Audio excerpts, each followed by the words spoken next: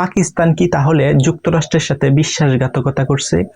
একটা চাঞ্চল্যকর তথ্য সবার সামনে উঠে এসেছে, সেটা হচ্ছে ইরানের একটা যুদ্ধ বিমানকে নাকি স্ট্রোকে বা টেক অফ করার জন্য পাকিস্তানে জায়গা দেওয়া হয়েছে। অর্থাৎ তাদের একটা গোয়েন্দা এবং শক্তিশালী একটা যুদ্ধ বিমান ছিল। এই শক্তিশালী গোয়েন্দা যুদ্ধ বিমানটাকে সবকিছু অবজারভেশন করতো ইরানের। এখন এই অবজারভেশন করার জন্য এটা হচ্ছে বিভিন্ন আকাশে পথে পথে ঘুরে সেই তথ্যগুলা কানেক্ট করতো। এবং এই যে তাদের যে শক্তিশালী একটা গোয়েন্দা যুদ্ধ বিমানটা ছিল ইরানের, এটাকে নাকি জায়গা দিছে হচ্ছে পাকিস্তান। অর্থাৎ পাকিস্তানের ইসলামাবাদে কোনো একটা জায়গার মধ্যে তাদেরকে এই যে তাদের অত্যাধুনিক এবং শক্তিশালী যে যুদ্ধ বিমানটা আছে, যেটা হচ্ছে তথ্য কানেক্ট করা হয় গোয়েন্দার ইরানের, সেটা নাকি পাকিস্তান সরকার পাকিস্তানে জায়গা দিচ্ছে সেটাকে কিছুদিন রাখার জন্য। সো এরকম একটা তথ্য সবার সামনে চলে এসেছে। সো আপনারা জানেন ইরান যুক্তরাষ্ট্র যুদ্ধের মধ্যে কিন্তু আমরা জানি কি যে পাকিস্তান হচ্ছে মানে তৃতীয় থার্ড পার্সন হইয়া দুই দেশের হচ্ছে একটা যুদ্ধ মিল বা যুদ্ধ বিরতির জন্য কিন্তু 2 দফায় একটা বৈঠক কিন্তু ইসলামাবাদে হচ্ছে। কিন্তু এখন গণমাধ্যমে এই যে নিউজটা এটা আসার পর কিন্তু সবাই অবাক হয়ে গেছে। তার মানে কি এটা বোঝায় যে পাকিস্তান হচ্ছে ইরানের পাশে? কারণ পাকিস্তান যদি ইরানের পাশে না থাকে তাহলে হচ্ছে, যেহেতু পাকিস্তান হচ্ছে একটা থার্ড পার্সন বা থার্ড কান্ট্রি, সেখানে তো কোনো পক্ষ নেওয়ার কোনো প্রশ্নই আসে না।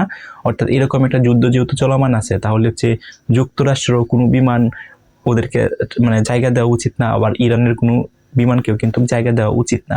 সেখানে ইরানের যুদ্ধ বিমান এবং ইরানের হচ্ছে সিকিউরিটি এবং ইরানের যে হচ্ছে গোয়েন্দার যে বিমানটা আছে সেটাই নাকি এখানে স্টক করে রাখা হয়েছে, বা স্টক বলতে এখানে হচ্ছে জায়গা দেওয়া হয়েছে।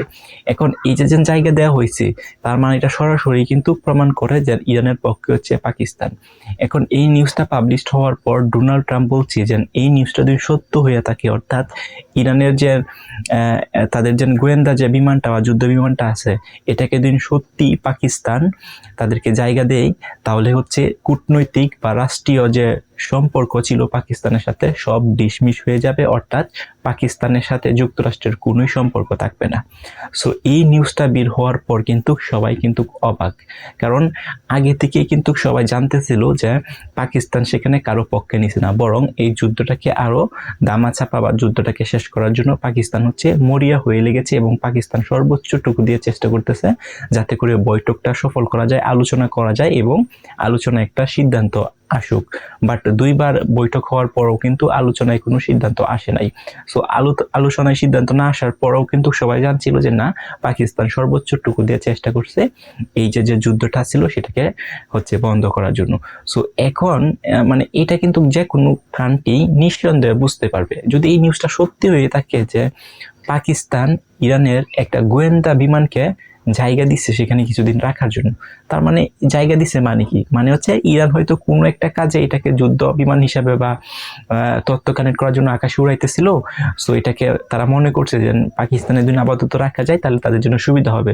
তার মানে পাকিস্তান থেকে ইরান সুবিধা ভোগ করতেছে, তার মানে পাকিস্তান হচ্ছে ইরানের পাশে। এটা নর্মাল। বাট এই নিউজটা কতটুকু সত্য এটা কিন্তু এখনো ইনভেস্টিগেশন চলতেছে এবং এখনো কিন্তু পুরোপুরি প্রুফ আসে নাই এবং পুরোপুরি কোনো সত্যতা আসে নাই। এটার ইনভেস্টিগেশন চলতেছে। ইনভেস্টিগেশন শেষ হইলেই কিন্তু সবাই জানতে পারবে যে আসল রহস্যটা কি, যে আসলে ইরানের বিমানটাকে পাকিস্তান সরকার ওইখানে জায়গা দিছে কিনা রাখার জন্য, নাকি এটা ভুল নিউজ, নাকি অন্য কোনো ঘটনা। সো এটা ইনভেস্টিগেশন শেষ হওয়ার পরেই আসল যে নিউজটা আছে বা তথ্যটা আছে সেটা কিন্তু সারা পৃথিবীর মানুষই জানতে